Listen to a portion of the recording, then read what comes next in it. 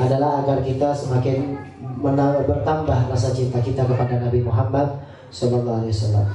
Karena saat kita kenal Nabi Muhammad, maka kita akan semakin cinta kepada Nabi Muhammad Sallallahu Alaihi Wasallam. Harapannya semakin setiap hari Rabu kita dengar sejarah Rasulullah, bentuknya Rasulullah, wujudnya Rasulullah seperti ini, seperti ini, kita akan semakin penasaran untuk bertemu dengan Rasulullah, sehingga semakin besar rasa rindu kita kepada Nabi Muhammad SAW. Saat semakin besar cinta kita kepada Nabi Muhammad, maka akan semakin berkurang cinta kita kepada dunia. Jadi dikatakan oleh salah seorang alim, mustahil dua cinta itu akan berkumpul di dalam satu hati. Kalau kamu sudah cinta Nabi Muhammad, hatimu gak bakal terkontaminasi dengan cinta yang berlawanan dengan Nabi Muhammad SAW, kecuali dengan cinta yang berkaitan dengan Rasulullah. Jadi gak mungkin dua hal kamu cintai bersamaan dalam satu hati, itu tidak mungkin. Kamu cinta akhirat juga cinta dunia, itu tidak mungkin. Kalau kamu cinta akhirat, kamu pasti gak cinta sama dunia. Kalau kamu cinta dunia, pasti kamu gak cinta sama akhirat. Itu sudah terbukti, sudah terbukti. Buktinya apa? Saat kamu semakin cinta dunia, maka kamu akan semakin jauh dari akhiratnya. Kamu akan semakin jauh dari perantara-perantara yang mendekatkan dirimu kepada Allah dan Rasulullah Sallallahu Alaihi Wasallam.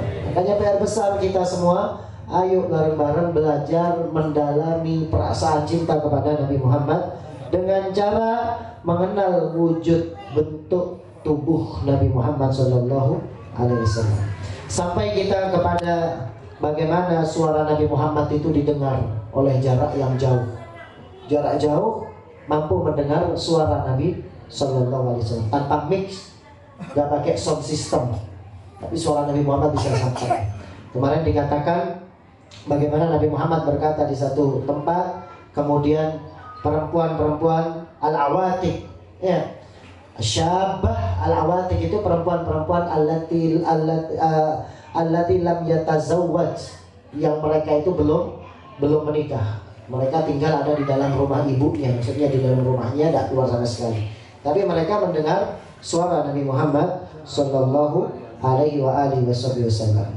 Seperti juga yang dikatakan warawa Abu Nu'aim an sayyidatuna Aisyah radhiyallahu taala anha qalat jalasa Rasulullah sallallahu alaihi wasallam Rasulullah Muhammad yaumal jum'ati alal mimbar, pada hari Jumat Nabi duduk di atas mimbar. Faqala linnas, Nabi berkata kepada semua yang hadir, ijlisu, duduklah kalian.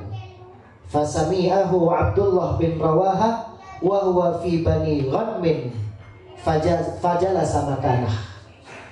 Kemudian mendengar Abdullah bin Rawaha, yang Abdullah bin Rawaha ini ada di Bani Ghanmin.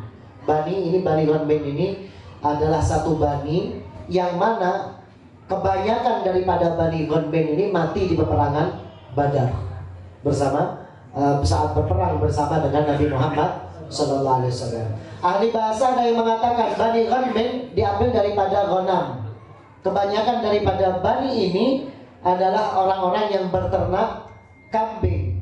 Berarti dalam artian apa? Jauh tempat dengan Nabi. Jalasa Rasulullah sallallahu alaihi wasallam yaumal jum'ati alal mimbar. Pada hari Jumat Nabi ada di masjid, duduk di atas mimbar, bilang kepada orang yang ada di sekitar masjid, duduklah kalian. Orang yang ada di peternakan kambing dengar suara Nabi sallallahu alaihi wasallam. Fajalasa Abdullah bin Rawaha. Saat itu juga Abdullah bin Rawaha langsung duduk. Kenapa? Dengar ini suaranya Nabi Muhammad merintah aku untuk duduk. sallallahu alaihi wasallam. Enggak ada yang lebih luar biasa dari Nabi Muhammad. Sautuhu yusma' min makanin ba'id. Suaranya Nabi itu didengar dari tempat yang sangat jauh. Hadirin rahimakumullah. Wa rawa Ibnu Majah an Ummi Hani radhiyallahu anha qalat. Telah diriwayatkan oleh Ibnu Majah dari Ummu Hani radhiyallahu taala anha qalat, kunna nasma'u qira'atan Nabi sallallahu alaihi wasallam fi jawfil lail indal Ka'bah wa ana ala arishi ay ala sariri. Dikatakan oleh Ummu Hani bercerita, aku pernah mendengar bacaan Quran dari Nabi Muhammad di tengah malam hari. Saat itu Nabi ada di tengah-tengah Ka'bah, ada di sekitar Ka'bah maksudnya ya. Sedangkan aku inda arishi, aku berada di arsku. Ars maksudnya sarir, juga dihiaskan pada arsy, walimatul urus, berarti kawin, perihal nikah begitu ya. Maksudnya dengan satu kenikmatan ada di atas ranjang. Walhasil istilah daripada ranjang begitu lah. Aku ada di atas ranjang dan aku mendengar suara Nabi Muhammad yang berada di kota Mekkah, ada di depan Ka'bah. Wa hiya dakhilu baitiha al-ba'id an makanil qira'ah dalilun ala anna sautahu asy-syarif kana yablugh makanan la yablughu ghairuhu. Fa subhana man khassahu bil khasa'isil kubra wal ayatil udma. Ya, ini tanda bahwa suara Nabi Muhammad didengar oleh siapapun yang ada di tempat jauh. Hadirin rahimakumullah. Makanya sampai dikatakan itu suaranya Nabi itu pernah didengar. Coba cari itu. Bahkan sampai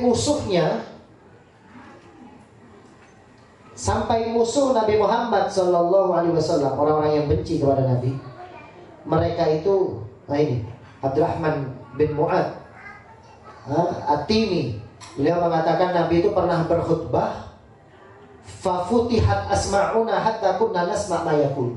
Kami yang ada di tempat jauh itu dengar khutbahnya Rasulullah secara jelas. Rasulullah khutbah, alhamdulillah wassalatu wassalamu ala rasulillah, asyhadu an la ilaha illallah wa asyhadu anna Muhammad. Terus khutbah didengar sama sahabat yang ada di lain tempat. Wa nahnu fi manazilina, bahkan kami ada di dalam rumah kami. Jadi sahabat-sahabat itu masih rumahnya dulu, zaman dulu antara tempat tinggalnya Nabi, masjidnya Nabi dengan rumahnya para sahabat itu jaraknya terpisah, tidak seperti di gang gini, tidak jejer dan dempet-dempet, tidak.